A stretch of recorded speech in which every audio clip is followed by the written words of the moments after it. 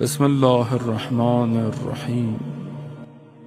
تین طرح کی مصیبتیں اور بلائیں ہیں عزیزان محترم، تین طرح کی چیزیں ہیں کہ جس پر انسان کے اوپر آئیں تو انسان صبر کرتا ہے۔ قرآن کئی جگہ اس کو کہہ رہا ہے کہ بہرحال جب ان پر کوئی مشکل پڑتی ہے بہرحال یہ صبر کرتے ہیں۔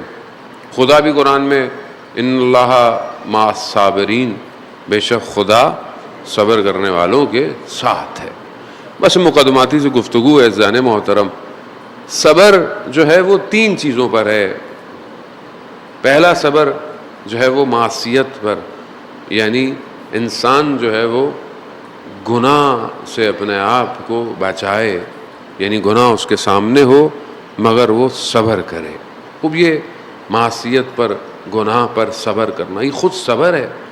آپ کے سامنے آپشن ہے گناہ کرنے کا لیکن آپ صبر کر رہے ہیں۔ خاص طور پہ جوان، آج کے سوشل میڈیا انٹریکشن بہت زیادہ ہے، آپ کچھ دیکھ رہے ہیں، کچھ پڑھ رہے ہیں، کچھ سن رہے ہیں، محرم ہے نوحہ سن رہے ہیں، مجلس سن رہے ہیں۔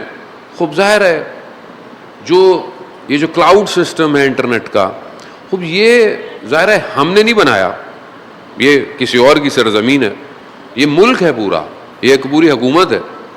خوب اس پر کوئی بھی چیز آپ کی مرضی سے نہیں آتی ہے، اس کے اپنے الگورتھم ہے۔ کوئی چیز غلط آ جائے اب انسان کا نفس کیا کہتا ہے؟ کلک کرو آگے کی طرف۔ خوب یہاں صبر ایک صبر کی قسم ہے، اور آپ نے کر لیا تو ان اللہ مع الصابرین ہے۔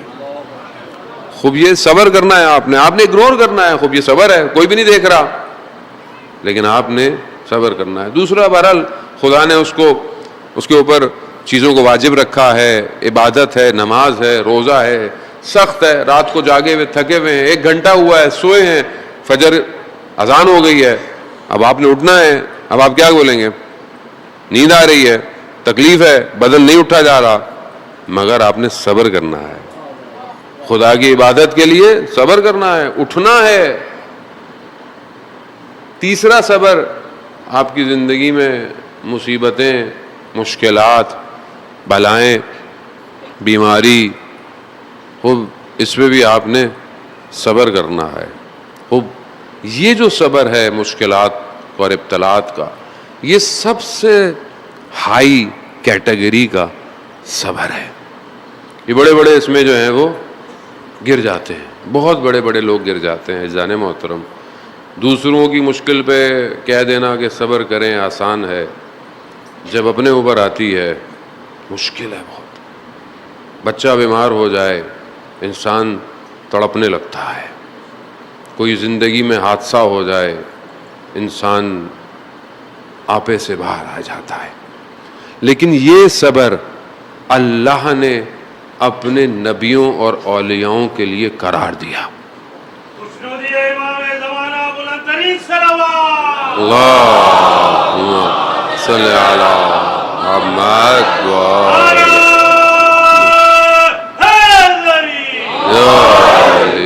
اذان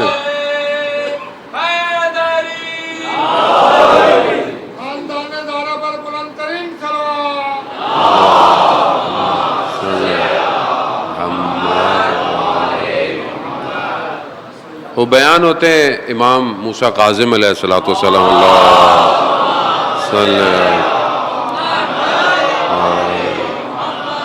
امام اپنے والد سے بیان کرتے ہیں، وہ اپنے والد سے، 5ویں امام سے بیان کرتے ہیں اور فرماتے ہیں کہ ایک دن رسول خدا حضرت محمد مصطفیٰ صلی اللہ علیہ وسلم رسول خدا نے سب کو جمع کیا، کس کو؟ اپنی بیٹی کو، اپنے 2 نواسوں کو اور امام علی کو، اور دروازہ بند کر دیا۔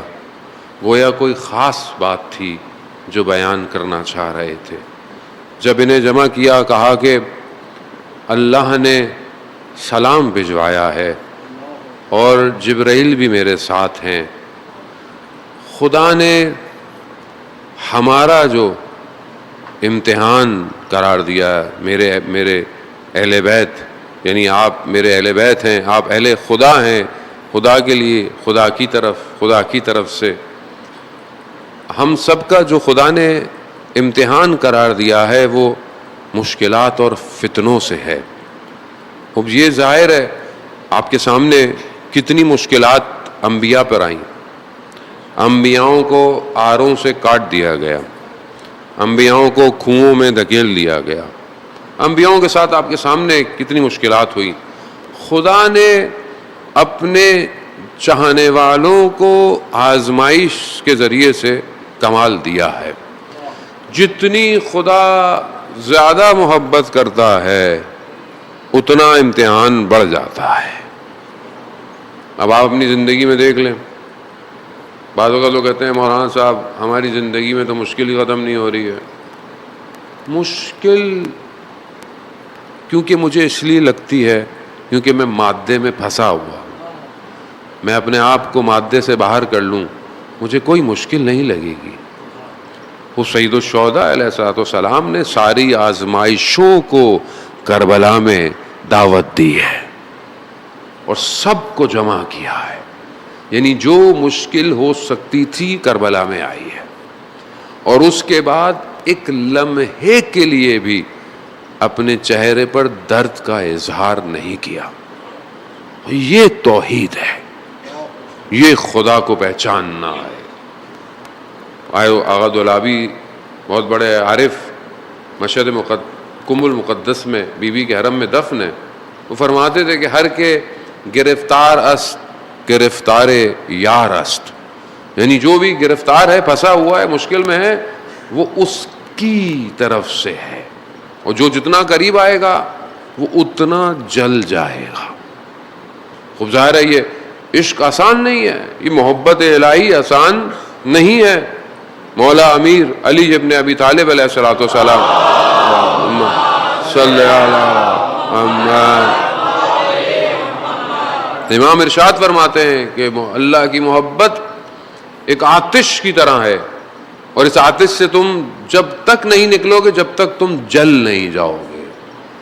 وہ ہم زندگی میں, ہماری زندگی میں پریشانی کہاں ہے, مشکل کہاں ہے, ہم نے مشکل دیکھی کہاں ہے. عزیزان محترم, وہ کربلا دعوت دے رہی ہے, اگر مشکلات کو برداشت کر سکتے ہو آؤ, لیکن یہ مشکلات تمہیں جو ہے وہ گوہر کی طرح چمکا دے گی. وہ اسی لیے انسان جو ہے وہ اس طرف آتا ہے. لیکن اس کی سب سے بڑی جو چیز وہ معرفت ہے. اگر انسان پہچان جائے تو وہ پھر پلٹتا نہیں ہے. وہ لوگ کہ جو امام علیہ الصلوۃ والسلام کے ساتھ تھے یا جنہوں نے ساتھ دیا وہ پہچان گئے تھے.